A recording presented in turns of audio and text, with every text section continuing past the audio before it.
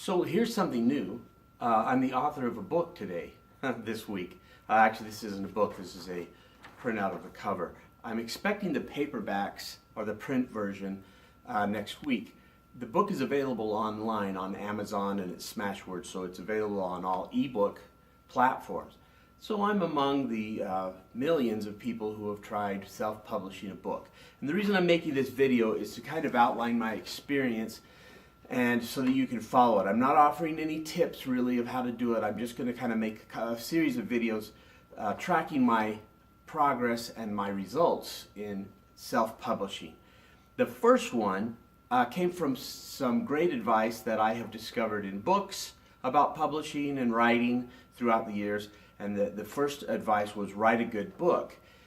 And that's always resonated with me. You hear people say all the time, oh, you know the percentages of people that write a book that actually see it get published, you know, that are accepted by a publisher or who self-publish and actually succeed. Man, the odds are just stacked against you. And I realized something about that. It's not really that the odds are stacked against you. It's that there aren't that many good books out there. Now, I read a lot.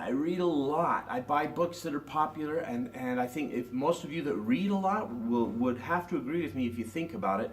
I will buy a book even from somebody famous, a famous person who's written a book. And so often I'm reading a book that I've just got, and it's a slog. It's hard to read. You read page after page after page, and there's nothing valuable or entertaining in it, and it's disappointing.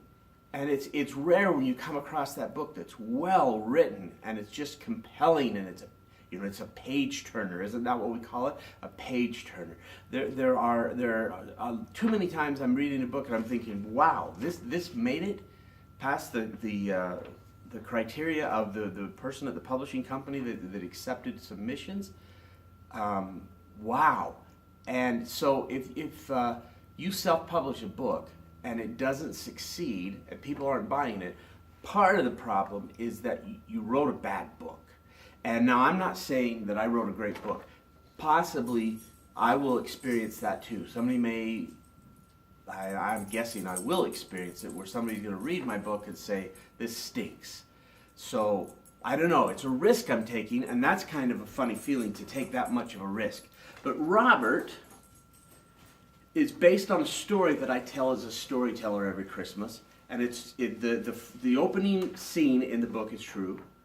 My wife and I were at the Christmas sing-along at the Tabernacle on Temple Square one Christmas in 1994.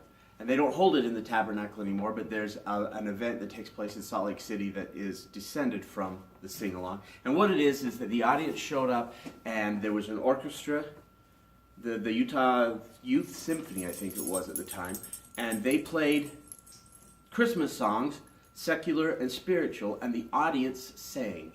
And it was so much fun. We looked forward to that every year and we loved it. Well, this one year we were there, we saw this large family about 5 or 6 rows in front of us. And I'm going to do a video where I show all these places that appear in the book. And they were this big, loving, happy, loud family. And they had toddlers that they were body surfing along the line to try to find a place where these toddlers could sit comfortably with the family.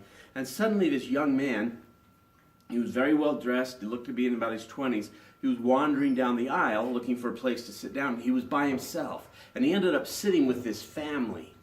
And he was sitting next to this pretty blonde-headed girl on the very end of the bench, and the family was razzing them, and my wife and I laughed, and we were it was entertaining to watch. It was right before the program was starting, and we wondered, I wonder what happened to these people. I wonder what happened to this young man. I wonder if they got to know each other. And over the years, speculating about it, I would tell about this as I would do my storytelling until people started to say, hey, remember the story about that one guy? Tell about that story. And so I gave him a name, so he stopped being that one guy. He became Robert. And the story, every time I would tell it, grew and evolved until this year. Well, actually, years ago, I started writing it, and I kept a file on the computer. And now it's out and available. And I think it's good. I think it's a good story. I think you'll enjoy it, and I think you'll like it. And we're going to see what's happening.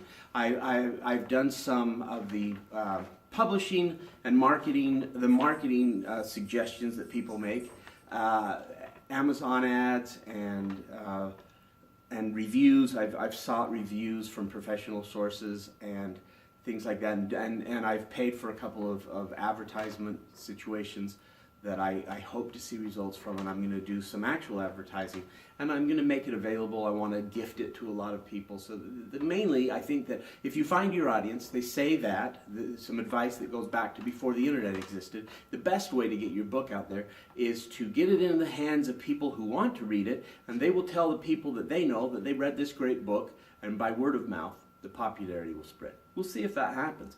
I don't know if that's going to be the case, but this is what I'm trying.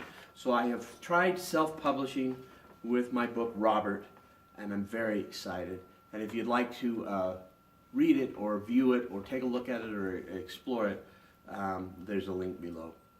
Hey, thanks very much.